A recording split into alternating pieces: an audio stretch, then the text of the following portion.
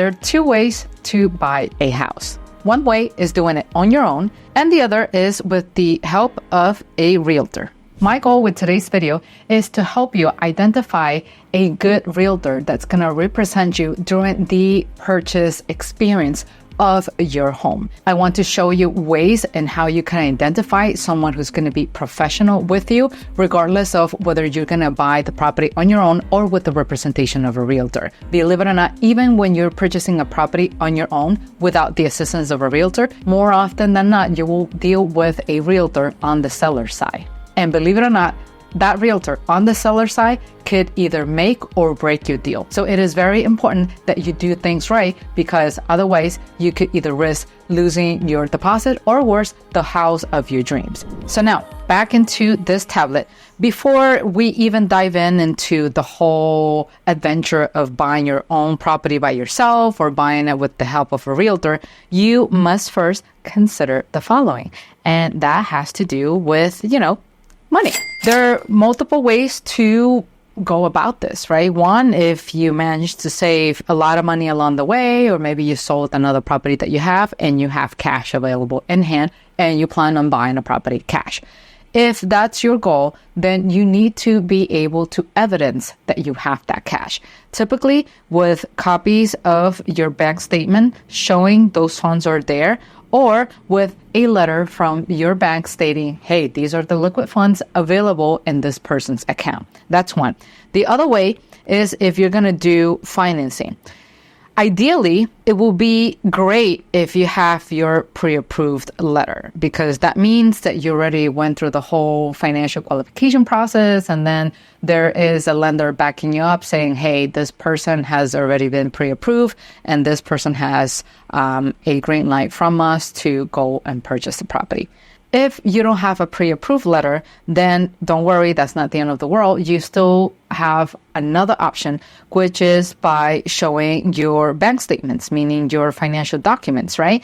And in those financial documents, you should be able to evidence that you have enough to cover the down payment of the property that you seek to buy, and at the same time, enough money to cover the closing costs. So it is very important that you have this in hand, because one way or the other, you're going to get asked for those documents, okay? So make sure you have those before you can even consider contacting any realtor whatsoever.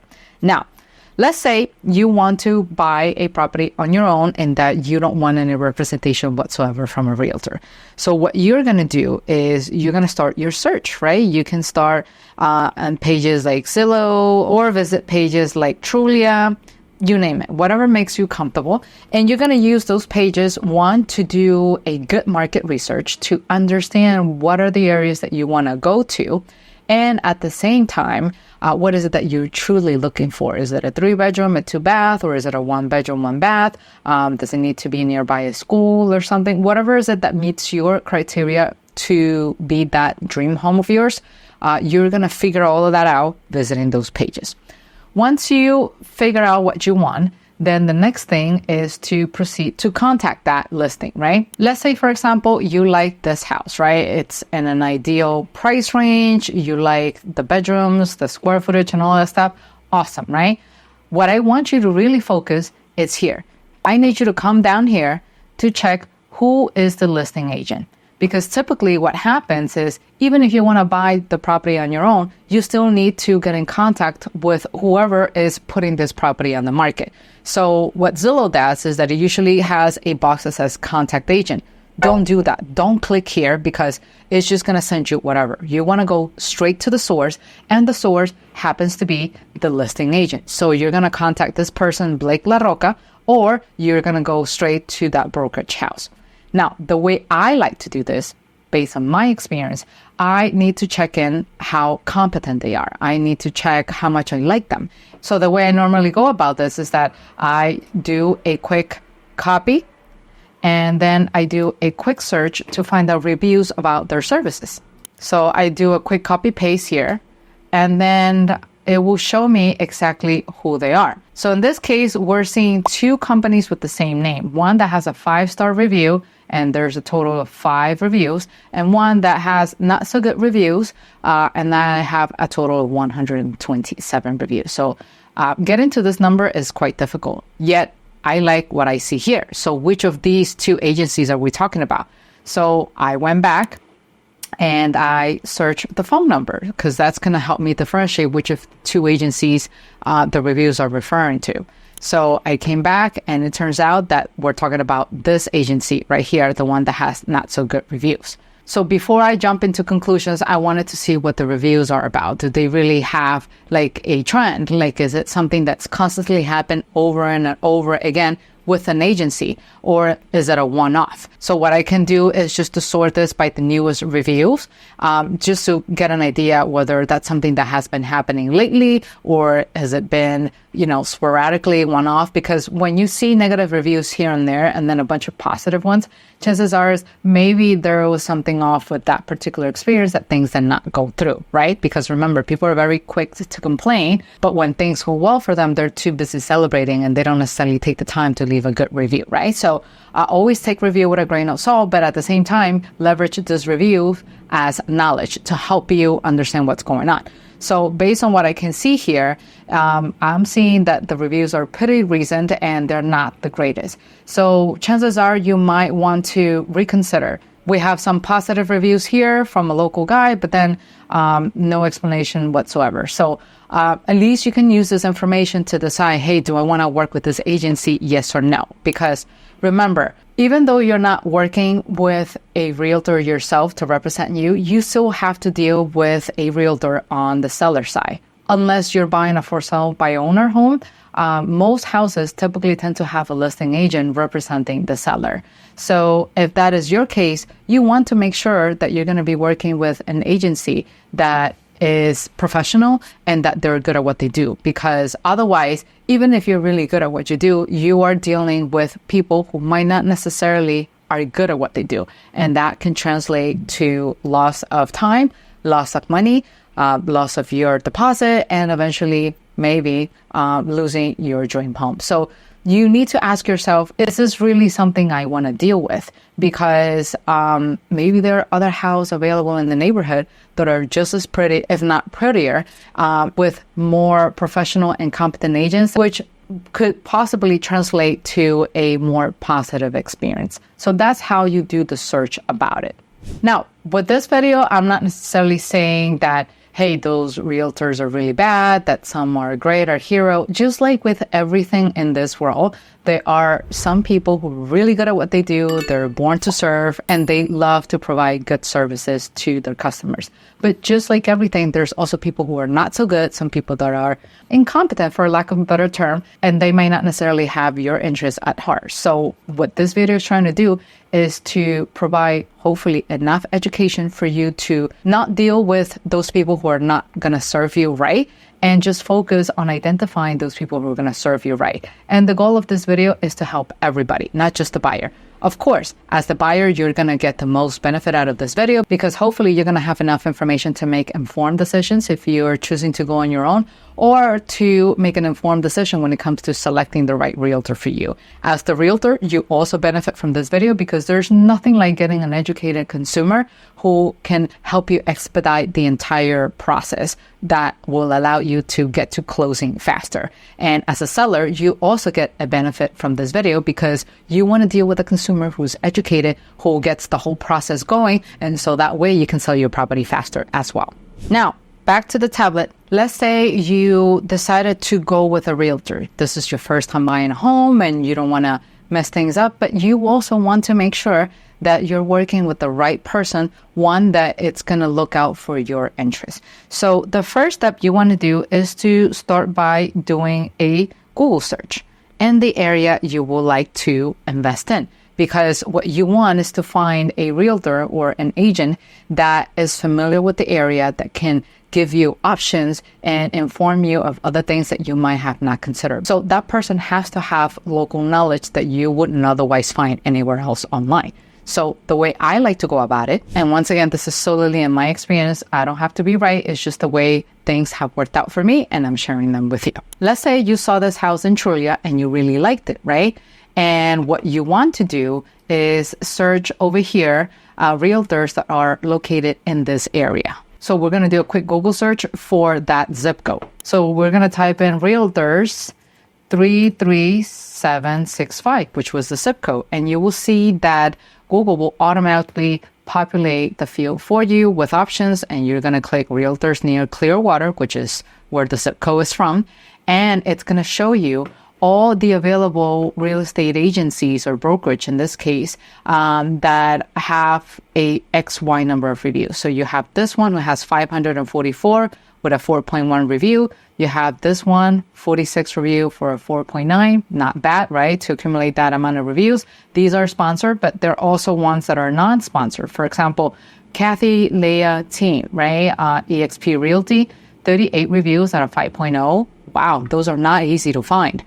You also have Berkshire Hathaway, Home Service Florida Properties Group with 87 reviews at a 4.6. That's also not bad. You also have Blake Real Estate with 82 reviews at a 4.9, right? So before you even consider contacting or wanting to deal with them directly, I suggest you go one by one and check out the reviews and look at what the strengths are, right? What is it that they have to offer? Why did they get such good reviews? Is it because they are very courteous, or because they're very knowledgeable, or maybe because they have good negotiation skills? You don't know any of that, and that's why you need to verify. If you like what you see, you proceed to visit their website and contact them. So let's say, for example, you like this team right here and you want to get in touch with them. So what you do, you come here to where the website is, you click on them and you check them out. So instead of searching just for the homes, what you want to do is to check out who their team is. So you're going to come into their tab where you can find the names of their agents. You're going to meet their team, and then they're going to show Kathy right here, who happens to be the founder. And then you see someone else, and then someone else, and Joe and Rachel and Shannon and everyone else. And you get to read their bio to see how they can best serve you. And if you like what you see, you proceed to either give them a call or just contact them via email. Now, you have to know that the process of finding a good realtor is not very straightforward. You might like what you see in writing, but then when you are in contact with them, whether it's over the phone or you meet them in person, you may or may not click. If you don't click, just thank them for their time, continue your search. Finding a good realtor is like going on a date. You have to go through a couple of not so good experiences, so to speak, until you find that right person that's going to click with you and it's going to work well with you. So if the person did not meet your expectation, just thank them for their time and move on. But if they happen to be that right person that you're looking for, then congratulations, you found the person that's going to represent you. Now let's just move on to the next phase, which is to go over your specs, right? What is it that you are looking for? Are you looking a property nearby a school zone, one that has 3 bedrooms, 2 baths? What's your price range? And you're going to tell that person what you're interested in. Now, depending on your budget or your availability, your agent might recommend other areas that has similar perks and probably at the same price, or probably even at a lower price range, or even in a higher price range. Bottom line is they're going to give you options, right? And those options are going to help you broaden your options so you have more to choose from versus when you are stuck in just one area in a specific, especially now with the low inventory. So as you start noticing when you work with a realtor, your options, they start broadening up and you have more to choose from versus when you're doing it on your own, which will require more of your time and more research on your end. That's not to say that you should blindly trust your realtor, especially if you are working with this person for the very first time, because chances are you still don't know them. Maybe you did click during the interview, but you should always trust but verify. So if your realtor is suggesting certain things that you like, you should go and check out in Zillow and some of these other websites to verify whether that information that they're sharing with you is accurate or not. So let's say you like the options that they offer. The next thing you proceed to do is just to sign an agreement for this person to represent you. That these are the new rules going forward after the lawsuit, which I talk about in this episode right here that you see on the screen. And in fact, this episode was actually created in response to that video, right? So you put everything on writing, you guys agree to work together, and what next? Well, the next thing you need to do is to provide your realtor with all of the financials that I mentioned here earlier, right? So if you're working on your own, you need to provide those documents to the listing agent, meaning the agent representing the seller, because they're going to want to take that document and verify whether you're actually a true prospect, meaning someone who's serious and actually has the fund and not someone who is just winging it and just want to check out properties. If you want to check out properties because you're not sure what you want to buy yet, that's fine. Just don't do it through an appointment. Just go to open houses. There are open houses on weekdays in the evening, and they also have open houses during the weekend, usually between the hours of 12 to 4 p.m. So you can definitely drive by and just check out those houses that have an open house so you can get a better idea. But if you're contacting someone directly one-on-one, they expect to qualify you, meaning they expect to see your finances to evidence that you are in fact being serious about it and that you're not just simply going to see houses and waste everyone's time. So if you're buying it on your own, you should show your financials to the listing agent. If you are working with a realtor, you provide your financials to the realtor that's going to represent you. And then this person is going to take that on negotiations with whoever it's going to represent the buyer side. Okay. So once you get that out of the way, you're good to go. Let's start looking at houses. So now, let's say you like what you saw and you want to proceed and you want to make an offer, right?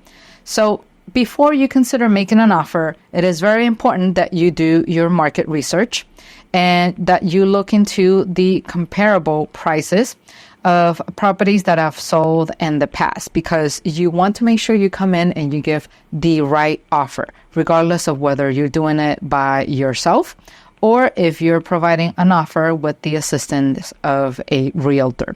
Why it's important to check those comparables? Because you want to come in with the right pricing. You don't want to offer over the asking price because nobody wants to pay over the asking price. And I know that whatever happened in the pandemic was crazy, but that was usually the exception to the rule. But you don't want to come into the picture with an offer that is way too low to the point that you're going to make people laugh. For example, a couple of years ago, I put a property of mine on the market, and the asking price for that particular property was $450,000.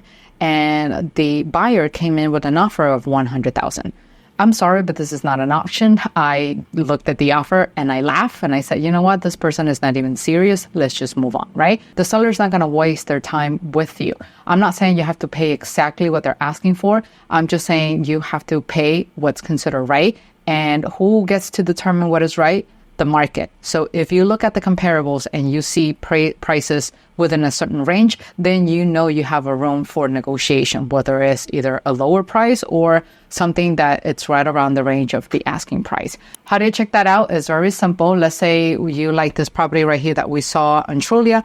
All you got to do is just to come down and see similar homes you may like. And these are the average asking prices around here. And then new listings nearby the area. And you get to see price trends of properties that were sold in the past that most likely will meet your specs. So this is the square footage and this is the price where the properties actually sold. There's one here for $1 million. It must be a luxury condo.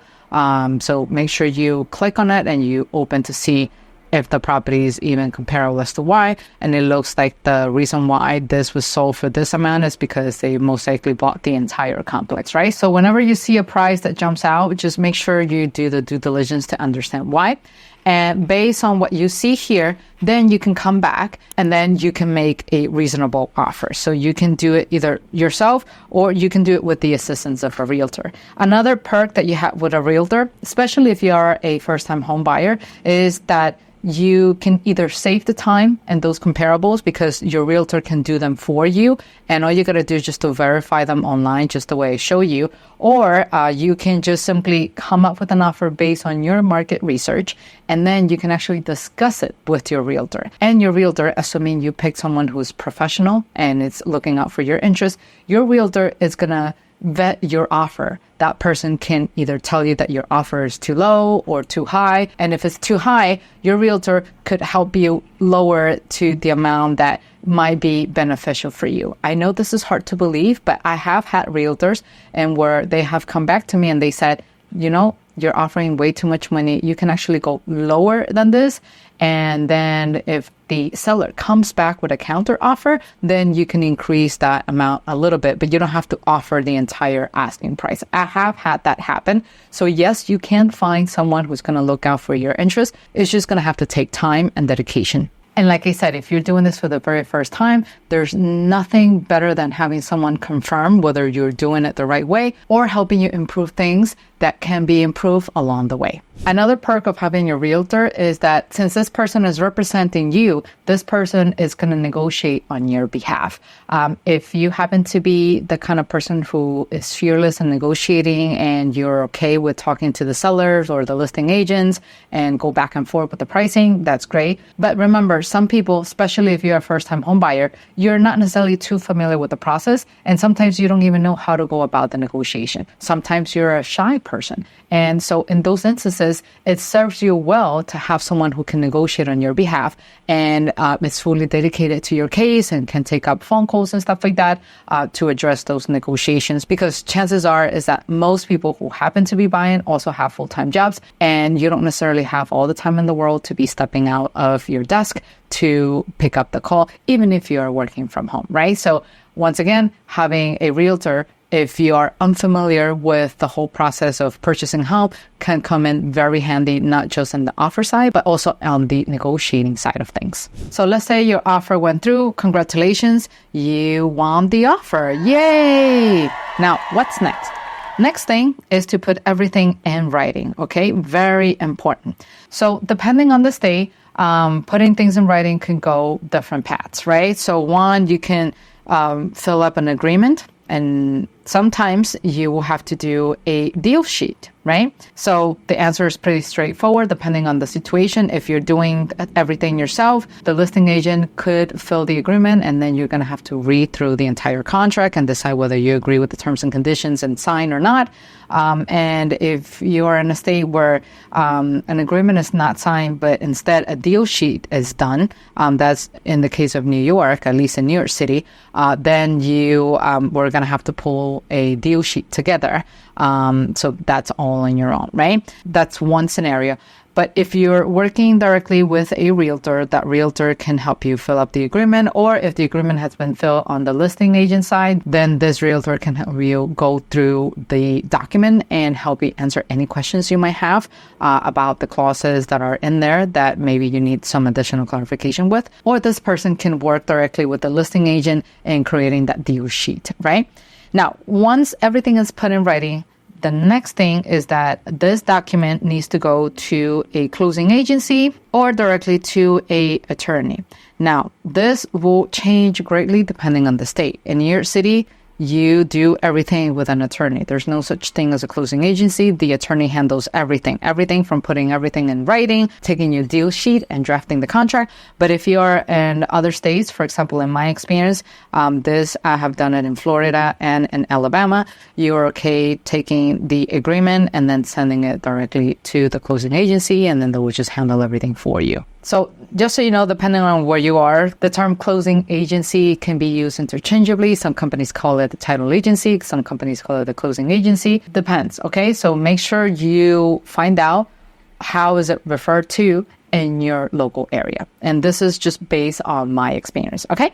Now, moving along, once this document is sent over to the closing agency or the attorney, the next thing you need to do is to pay the earnest money deposit. So what's the earnest money deposit? It's kind of like a good faith money that you put up front to let the seller know that you're serious about your purchase. Just signing a contract and saying, hey, I intend to buy your house is no longer enough, unfortunately. So the typical gesture to do is to give a percentage of the agreed price on the sale, right? So in my experience, Florida and Alabama, you're okay with putting down 1%.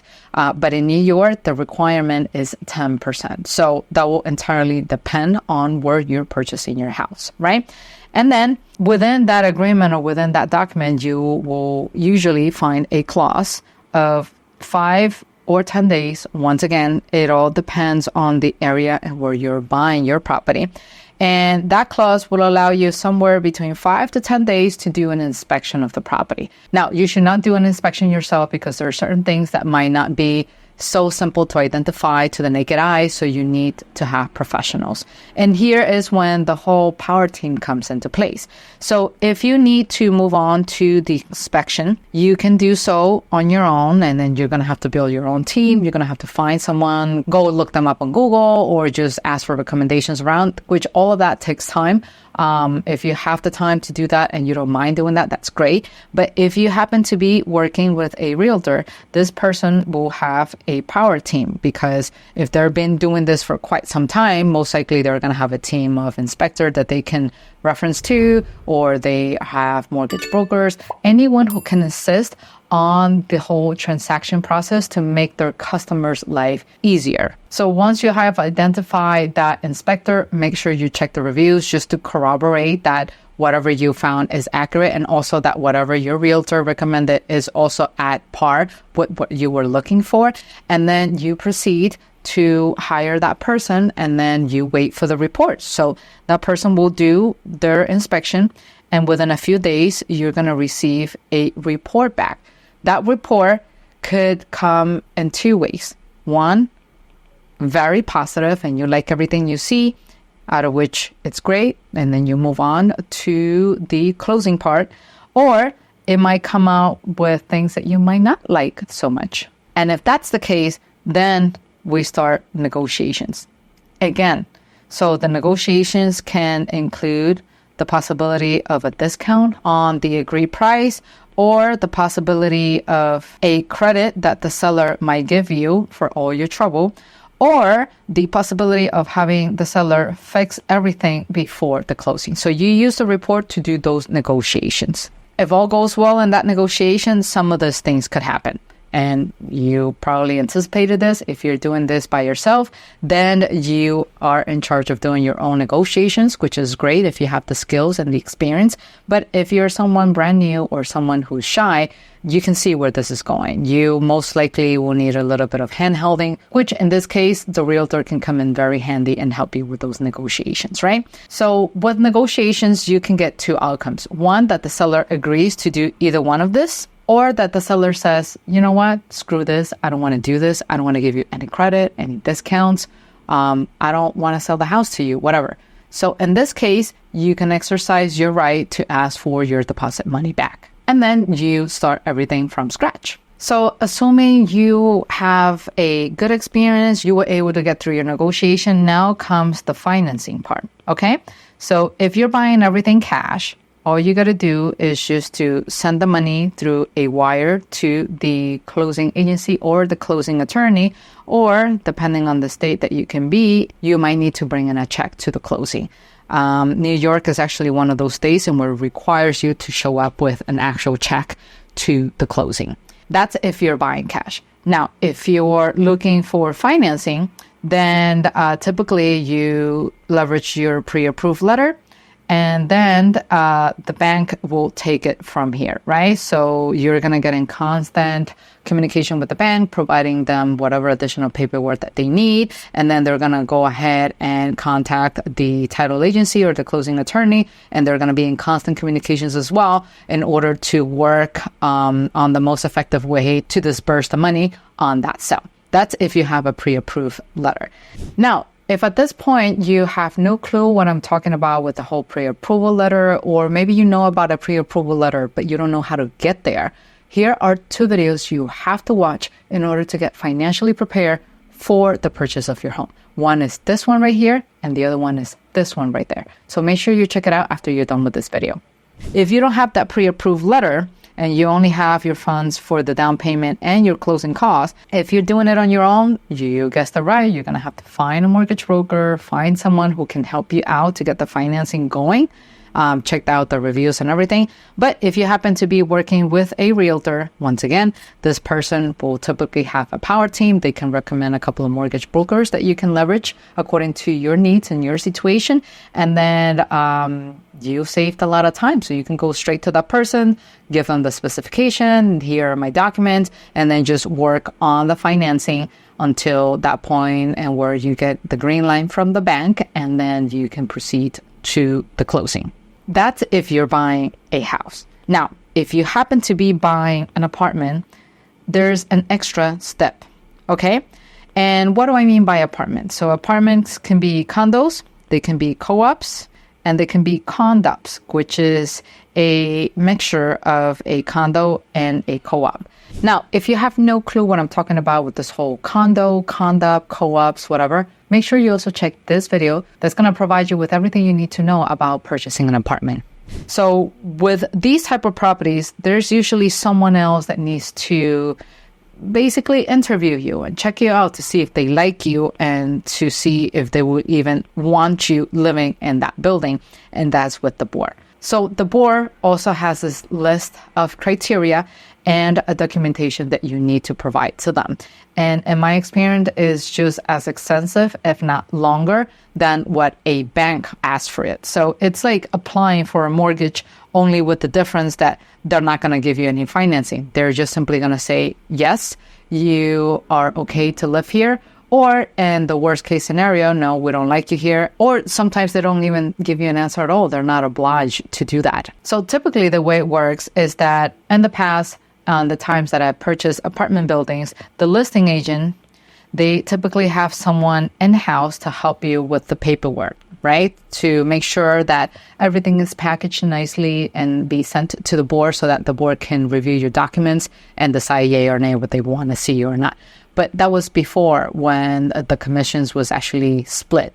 Now, under the new process, I don't know if the listing agent will continue to provide those services at no cost. You might have to either hire someone or just try to jump through loops and hoops on your own to try to figure that out.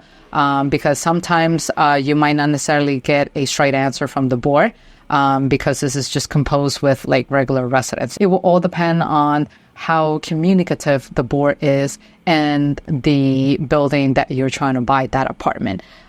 If you happen to be working with your own realtor, then most likely this realtor will have someone in-house that will help you with the packaging of all those documents to be provided to the board. And once you have that interview with the board and you get all approved, congratulations, you move on to the final part of the financing, whether it's through cash or through a lender, and you're good to go.